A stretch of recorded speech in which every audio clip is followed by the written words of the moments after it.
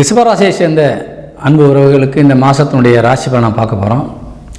ரிஷபராசிக்கு அதிபதியாக விளங்கக்கூடியவர் சுக்கிர பகவான் இந்த மாதம் முழுவதுமே உங்களுக்கு ரொம்ப ரொம்ப அருமையாக ஒரு சாதகமான ஒரு செயலை செய்து கொண்டிருக்கின்றார்.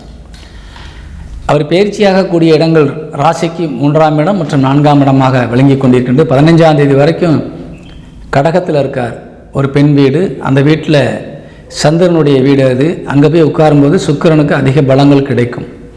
அதே மாதிரி அடுத்து சிம்ம ராசிக்கு பயிற்சி ஆகிறார். அங்கேயும் அவருக்கு ஒரு சாதகமான கிரகங்கள் வந்து உட்கார்ந்துருக்குது ஏற்கனவே, சரிங்களா?